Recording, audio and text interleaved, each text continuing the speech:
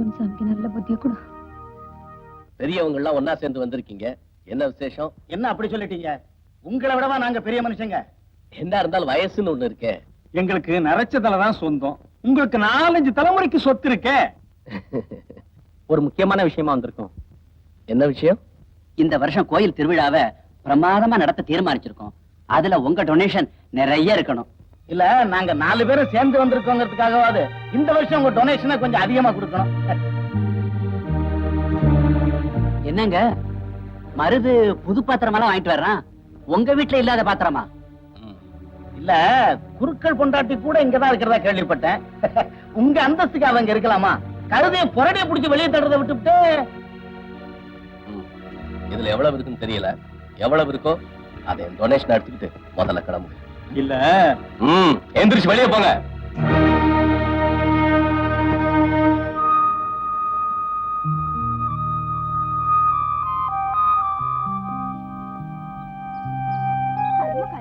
கோவில் நந்தவனத்துக்குள்ள யார்தான் வருதுன்னே கிடையாதா? மானம் கெட்டவளுக்கு மடிசார ஒண்ணுதான் குறைச்சல்.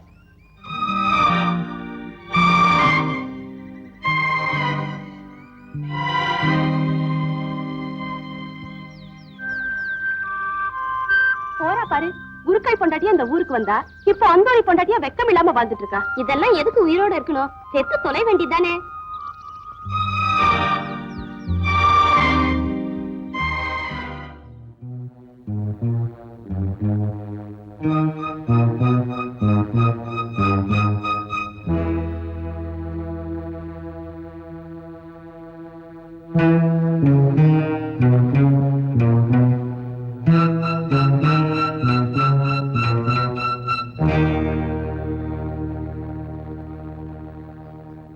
கொஞ்சம் நில்லுமா.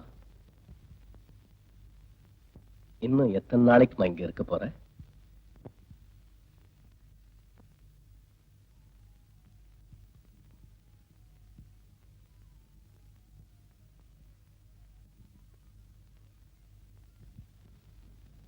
ஊர்ல உன்னை என்னையும் சேர்த்து ஏதேதோ பேசுறாங்க.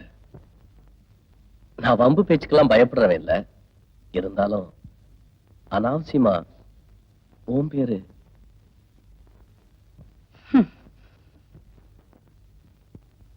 இந்த சிரிப்புக்கு அர்த்தம் புரியுது.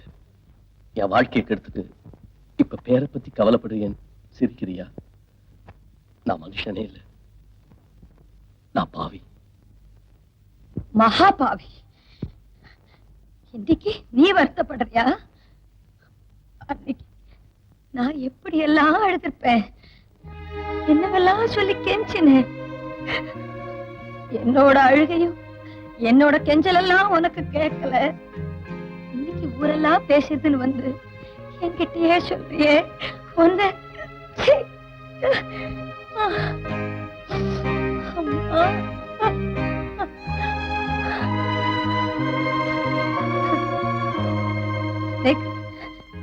எனக்கு தெரியாம தான் கேட்கிறேன். நான் உனக்கு என்ன துரோகம் பண்ணேன்? சொல்லு, நான் உனக்கு என்ன துரோகம் பண்ணேன்?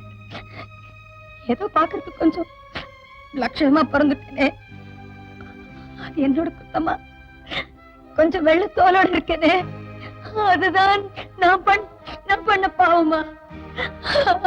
அதுக்காகத்தான் எனக்கு இப்படி ஒரு சிக்ஷை கொடுத்துட்டோம். இந்த மாதிரி சிறையில காலம் பூரா இருக்கும்படியா பண்ணிட்டியா? படுபாவி,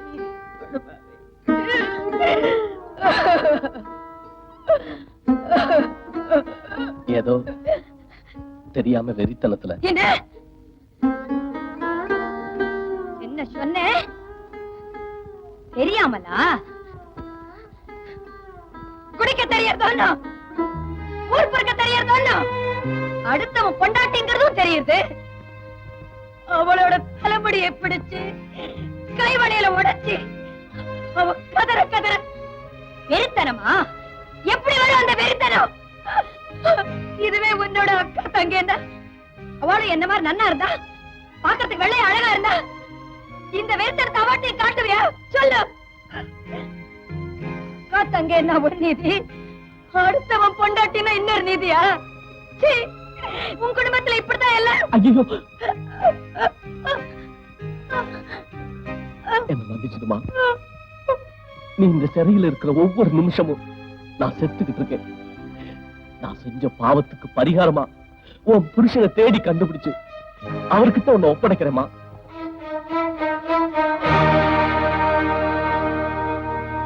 இயேசுவே,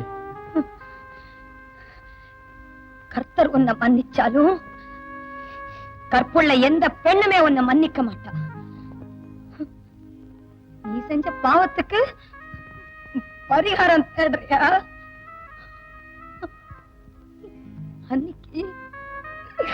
அன்னைக்கு நீ என்ன தொட்ட போது நான் எப்படி எல்லாம் துடிச்சேன். சித்திரவதை அனுபவிச்சனே, அதே மாதிரி சித்திரவதையெல்லாம் நீயும் அனுபவிக்கணும். நான் சாகர வரைக்கும் இந்த ஆத்தை விட்டு போக மாட்டேன். நான் உன் கண் முன்னால நடமாடிண்டே தான் இருப்பேன். நீ என்ன பார்த்து பார்த்து நீ துடிக்கணும். அதுதான் நீ செஞ்ச பாவத்துக்கு தண்டனை. நீ இந்த தண்டனையை அனுபவிக்கணும். நீ அனுபவிக்கணும்.